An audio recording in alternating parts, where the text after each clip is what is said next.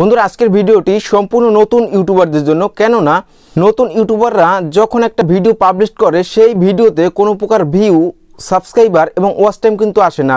তার জন্য তারা ভিউ, সাবস্ক্রাইবার এবং ওয়াচ টাইম আনার জন্য চ্যানেলে কিন্তু বিভিন্ন ভুল করে থাকে। বন্ধুরা আজকের ভিডিওতে মোস্ট গুরুত্বপূর্ণ 5টা মিস্টেক নিয়ে আলোচনা করব, যে মিস্টেকগুলো হয়তো নতুন ইউটিউবাররা প্রতিনিয়তই করছে, তার জন্য কিন্তু তার চ্যানেল গ্রো করছে না। আর আজকের ভিডিও শেষে একটা গুরুত্বপূর্ণ টিপস দেব, যে টিপসটা ফলো করলে হয়তো আপনার চ্যানেল রকেটের গতিতে বুস্ট হতে পারে। তাই আজকের ভিডিওটি একটু অবহেলা নয়, ধৈর্য সহকারে কন্টিনিউ দেখার জন্য অনুরোধ করা হলো। তাহলে চলুন ভিডিওটি শুরু করি।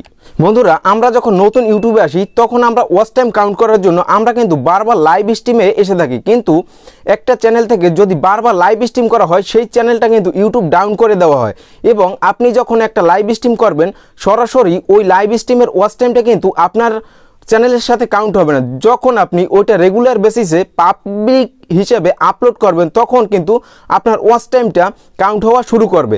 এবং আপনি লক্ষ্য করে দেখবেন, আপনি যদি 4-5 ঘন্টা ধরে লাইভ স্ট্রিম করেন সেখান থেকে হয়তো 2-1 মিনিট আপনার ভিডিওটা কেউ প্লে করতে পারে, সেখান থেকে আপনার ভিডিওর অডিয়েন্স রিটেনশনটা কিন্তু ড্রপ করবে। এবং তার সাথে সাথে আপনি খেয়াল করে দেখবেন আপনার চ্যানেলের ইমপ্রেশন এবং ক্লিক থ্রু রেট কিন্তু ড্রপ করছে। তাই আপনি যদি লাইভ স্ট্রিম করতেই চান তাহলে ভ্যালুয়েবল কন্টেন্ট যদি নিয়ে লাইভ স্ট্রিম করতে পারেন তাহলে হয়তো একজন ভিউয়ার্স আপনার সম্পূর্ণ ভিডিওটা দেখবে। যদি আপনি শুধুমাত্র ওয়াচ টাইম কাউন্ট করার জন্য যদি বারবার লাইভে এসে থাকেন এবং যদি তার সাথে সাথে কোনো ভ্যালুয়েবল কন্টেন্ট যদি তার সাথে প্রদান না করেন তাহলে আপনার লাইভ স্ট্রিমে কেউ বেশি সময় থাকবে না এবং আপনার ভিডিওটা কিন্তু ডাউন হয়ে যাবে। তাই আপনি যদি লাইভ স্ট্রিম অবশ্যই করবেন, কিন্তু যদি ভ্যালুয়েবল কন্টেন্ট নিয়ে লাইভ স্ট্রিম করতে পারেন, যদি প্রশ্ন উত্তর পর্ব সিরিজ করতে পারেন, একজন ভিউয়ার্স আপনার ভিডিওতে যদি কমেন্ট করে প্রশ্নের উত্তর জানতে চায়, সেখান থেকে যদি আমি সেই ভিডিওটা লাইভ স্ট্রিম করে থাকেন তাহলে কিন্তু আপনার ভিডিওটা রিচ অনেকের কাছে পৌঁছে যেতে পারে।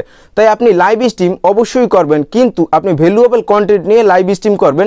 তা না হলে আপনি যদি বারবার ওয়াচ টাইম কাউন্ট করার জন্য লাইভ স্ট্রিম করেন তাহলে আপনার ভিডিওটি কিন্তু ডাউন হয়ে যাবে, তার সাথে সাথে আপনার চ্যানেলটিও ডাউন হয়ে যাবে। তাই নতুন ইউটিউবারদের জন্য, বিগিনিং ইউটিউবারদের জন্য অনুরোধ, আপনারা ওয়াচ টাইম কাউন্ট করার জন্য বেশি লাইভ স্ট্রিম করবেন না, যাতে আপনার চ্যানেলটা ভবিষ্যতের জন্য অনেক ক্ষতি হতে পারে। আমি এটা আমার মন করা কথা বলছি না, আপনি ইউটিউবের যে কমিউনিটি গাইডলাইন আছে সেখান থেকে আপনি সমস্ত তথ্য পড়ে নিতে পারবেন যে লাইভ স্ট্রিম কতটা ক্ষতিকারক হতে পারে আপনার জন্য যদি ভ্যালুয়েবল কন্টেন্ট প্রদান না করে থাকেন। নাম্বার 2 হলো, আমরা যখন নতুন একটা ইউটিউব চ্যানেল ক্রিয়েট করি তখন আমাদের চ্যানেলে ওয়াচ টাইম, সাবস্ক্রাইবার কিছু আসেই না। তার জন্য কিন্তু আমরা বিভিন্ন পন্থা অবলম্বন করি, যেমন বিভিন্ন সফটওয়্যার বা থার্ড পার্টি ওয়েবসাইট থেকে ভিউ এবং সাবস্ক্রাইবার ক্রয় বিক্রয় করে থাকি বা কিনে থাকি। এবং আমাদের চ্যানেলে ওয়াচ টাইম যুক্ত করার জন্য আমরা ওয়াচ টাইমও কিন্তু কিনে থাকি, তার সাথে সাথে সাবস্ক্রাইবারও কিনে থাকি। আমরা যদি থার্ড পার্টি কোন ওয়েবসাইট থেকে ওয়াচ টাইম, সাবস্ক্রাইবার কিনে থাকি, ইউটিউব কিন্তু অলরেডি ওইটা ডিটেক্ট করে নিয়ে আমাদের চ্যানেলের যে ওয়াচ টাইম আসবে এবং সাবস্ক্রাইবারগুলো আসবে তা কিন্তু টোটালি বাদ দিয়ে দেবে।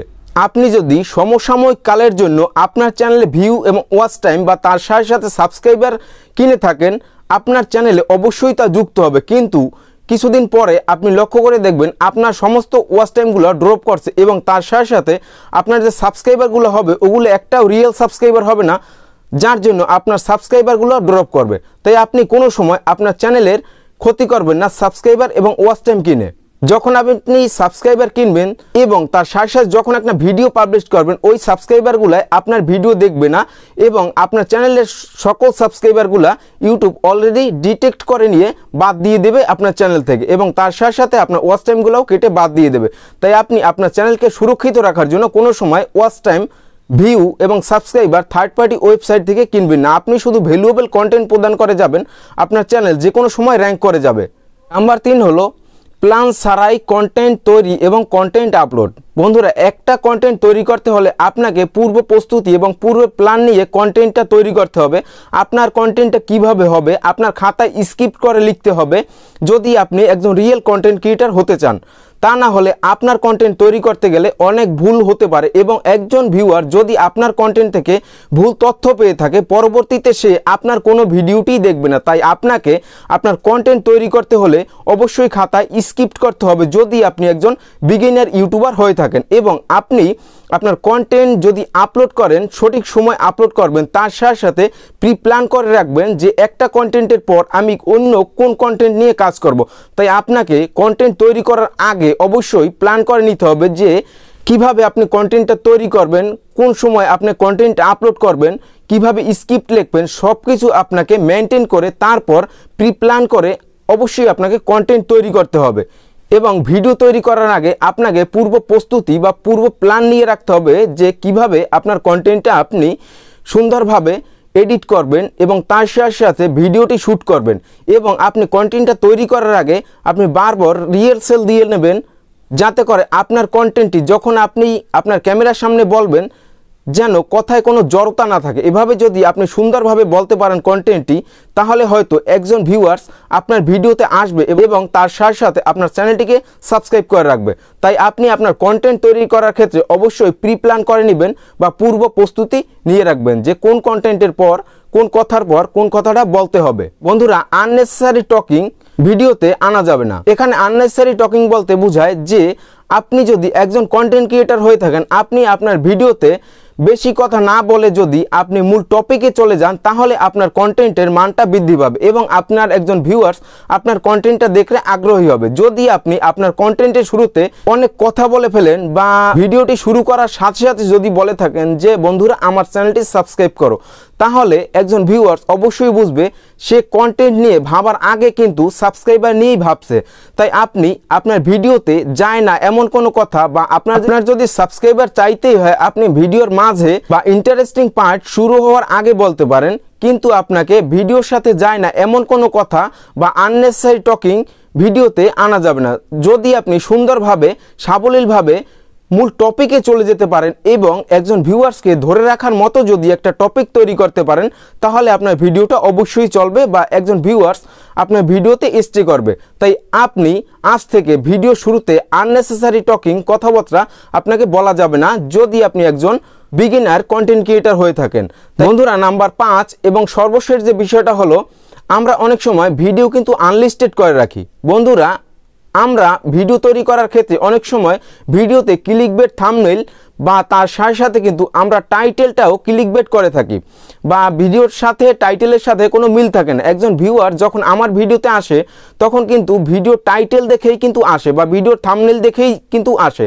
আমরা যখন একটা ভিডিওতে বিভিন্ন প্রকার যদি ক্লিকবেট করে থাকি তাহলে কিন্তু মনিটাইজেশনের সময় আমরা যদি ওই ভিডিওটাকে আনলিস্টেড বা প্রাইভেট করে রাখি তারপরও কিন্তু ইউটিউব ওই ভিডিওটায় কপিরাইট ক্লেম বা কমিউনিটি গাইডলাইন স্ট্রাইক দিয়ে দিতে পারে।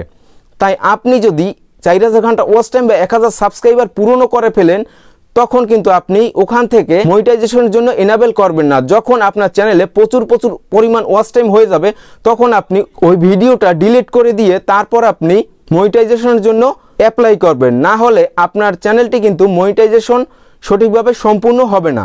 বিগত দিনে আপনি যত ভিডিও আপলোড করছেন ওই ভিডিও সমস্ত মেটাডাটাগুলো ঠিক আছে কিনা তা চেক করে বা পরিবর্তন করে আপনার চ্যানেলকে আপনি মনিটাইজেশনের জন্য অ্যাপ্লাই করতে পারেন।